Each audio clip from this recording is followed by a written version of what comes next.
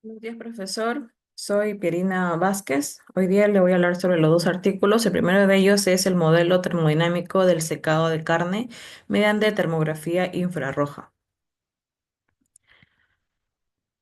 Para empezar, tenemos un pequeño resumen, ¿no? Donde nos habla que la operación del secado es una de las operaciones unitarias más importantes para poder conservar productos cárnicos.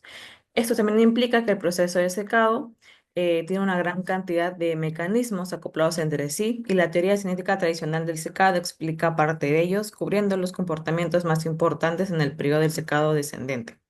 Por lo tanto, es necesario determinar los puntos críticos de cada transformación a lo largo de todo el secado y analizar y a su vez cuantificar todos ellos, ¿no? Entonces, en este sentido, se ha desarrollado un modelo termodinámico irreversible que se va a centrar en este periodo del secado descendente.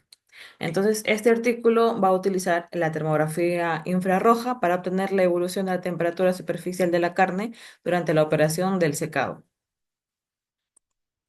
Tenemos acá una pequeña introducción donde tenemos el sector cárnico en la Unión Europea, ya que es importante el jamón como producto de mayor valor añadido. También se tiene el proceso de secado, que su importancia es identificar puntos críticos, cambios estructurales en fibras musculares. Esta es la etapa, digamos, más costosa, ya que va a requerir de tiempo, control, consumo energético. Y el método para preservar el producto, ¿no? En la combustión de la carne principalmente constituye muscularmente, ¿no? De 65 al 80% en músculo post-mortem. Ahora tenemos la etapa del proceso, tenemos la teoría cinética tradicional, la introducción son flujos iniciales de agua, la velocidad constante es el máximo secado, la caída de la velocidad con un mínimo flujo interno versus la evaporación superficial y los cambios estructurales. Y a su vez la simultaneidad, la transferencia de calor y de masa. Tenemos otro punto que es la tecnología innovadora termografía infrarroja, el IRT. Su característica es que la medición de radiación infrarroja, el método sin contacto y no destructivo, y la generación de mapas térmicos. Y las aplicaciones de esto se puede ver en el control de procesamiento de carne, en la evaluación de calidad de frutas y verduras, tanto en la madurez, en la seguridad y en los patógenos. Materiales y métodos. En material biológico se tiene 6 lomos de cerdos de la raza Landrace Duroc. El sacrificio es de un matadero comercial. El tiempo post-mortem es de 1,5 días. La temperatura a 4 grados Celsius. Luego se tiene el muestreo y caracterización de la carne, donde aquí las muestras van a ser en 62 cilindros, cada uno de 30 milímetros de diámetro y de 10 a 15 milímetros de altura. El corte en dirección de las fibras. Se va a determinar lo que son aquí las masas, la actividad de agua, la humedad y el volumen, ¿no? Y cada uno se va a hacer por triplicado. Se tiene la operación del secado, las condiciones son a una temperatura de 40 grados Celsius, a una velocidad de aire de 1,5 metros sobre segundo. El método va a ser por secador por convección, la muestra junto al material de referencia, la emisividad de 0,95. Se va a medir lo que es la masa y el volumen, que va a ser continuo, y la actividad de agua del post secado tras un día, ¿no? A 4 grados Celsius. También se tiene el control de emisividad, la cámara infrarroja y termopares. Si tiene el isoterma de desorción también para el proceso de modelado, son 15 muestras distribuidas en 3 columnas y 5 líneas. Las condiciones atmosféricas idénticas a los procesos paralelos. Y también se tienen las mediciones finales como masa, volumen, actividad de agua y humedad. Y también se tienen lo que son las mediciones infrarrojas, el equipo, la cámara termográfica, ¿no? La resolución de 160 por 120 píxeles, el rango espectral de 7,5 a 13 micrómetros y el campo de división de 23 grados por 17 grados. Y se tiene el diagrama de proceso experimental, ¿no? De la carne fresca, se pasa a la preparación de la muestra, tanto se va a caracterizar, ¿no? La actividad de agua, volumen, masa, volumen, el proceso del secado, ¿no? Y tanto se va a medir lo que es la medición infrarroja y el análisis de isotermas para poder tener la extracción de muestras del proceso, las determinaciones finales, la actividad de agua, volumen, masa y por último el reposo. Aquí igual el diagrama esquemático experimental, donde se tiene la cámara no infrarroja, que va a poder observar lo que son las muestras de carne ¿no? en una computadora y que va a pasar por un panel de control. Y los resultados se tienen en el enfoque termodinámico en el secado. Se tiene el proceso del secado, que son fenómenos estructurales complejos, difícil de explicar como de los previos. Dos, el uso de la termodinámica irreversible va a involucrar la estructura en el transporte de agua, va a permitir también describir los fenómenos durante el secado, la medición de muestras secadas, que va a medir el perfil de humedad y energía mecánica, transporte posterior al secado, la medición inmediata después de un día de reposo, ¿no? Las ecuaciones correspondientes y los aspectos relacionados con la ecuación de Gibbs. Y bueno, como conclusiones tenemos que la termografía infrarroja ha demostrado como una herramienta efectiva para controlar el proceso de secado de carne, proporcionando datos claves sobre la transferencia de calor en los tejidos biológicos, que va a permitir evaluar la evolución de la emisividad de la carne y su relación con los estadios del periodo de caída de la velocidad del secado. Esta técnica también va a identificar puntos críticos y va a medir la temperatura superficial durante el tratamiento. Además, el modelo desarrollado puede predecir fenómenos como la expansión y la compresión de la carne. Pasamos al artículo número 2, que lleva como título la valorización de la cáscara de plátano en alfa-amilasa utilizando una red neuronal artificial asistida por un factor a la vez en la purificación parcial, caracterización y estudio cinético.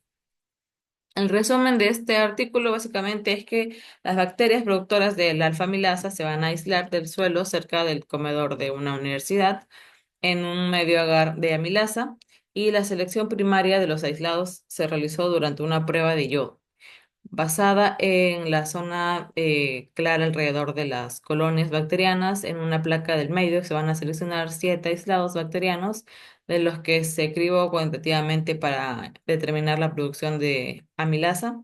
Entre ellos se va a seleccionar lo que es la cepa SPS2, que va a demostrar la actividad de amilasa más alta.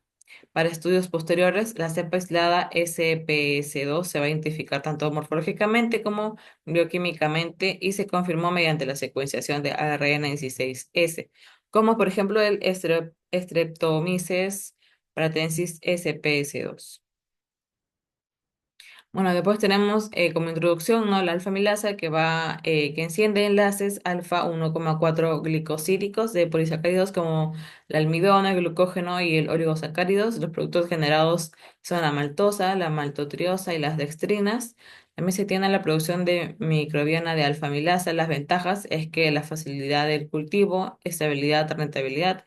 Las fuentes microbianas, en este caso el de las bacterias, es el Bacillus Amyloliquefaciens, el Bacillus subtilis, el Bacillus cereus, y los hongos como el Aspergillus niger y el Penicillium, y como antinobacterias el Streptomyces. Y el sustrato alternativo es un residuo agrícola, no en este caso las cáscaras de plátano. El uso que se otorga a las cáscaras de plátano es básicamente porque contiene un 30% de almidón, fuente de carbono para microorganismos, también para la producción sostenible, ¿no? Ya que es un residuo agroindustrial. Va a también reducir la quema de residuos agrícolas y genera biproductos, como en este caso alcohol, amilasa, la casa. Materiales y métodos: se tiene la selección y cribado de productores, en este caso la muestra de suelos diluidas en agua, el cultivo agar-amilasa, la identificación por zonas de hidrólisis con yodo, el aislamiento de 7 cepas y análisis cuantitativo, la producción de amilasa, cultivo bacteriano en caldo, inoculación en medio de producción y la obtención del extracto enzimático. El ensayo de actividad va a ser el método de DNS y la liberación de maltosa medida a 540 nanómetros. Y también la identificación de la cepa SPS2, tanto en pruebas bioquímicas, secuenciación de gen 16S, rDNA. La optimización se va a dar tanto para desechos agrícolas, que son fuentes alternativas de carbono, el nitrógeno, que son fuentes orgánicas e inorgánicas, el carbono adicional como azúcares y polímeros, el pH y temperatura en un rango de 7 y la temperatura de 7 grados Celsius, el tamaño del inóculo del 1,5% y el tiempo de incubación de 3 a 6 días. Se tiene también los modelos predictivos, que van a ser variables de entrada, como el carbono, nitrógeno, pH, temperatura, entre otros, y el modelo de FFBT MATLAB, ¿no?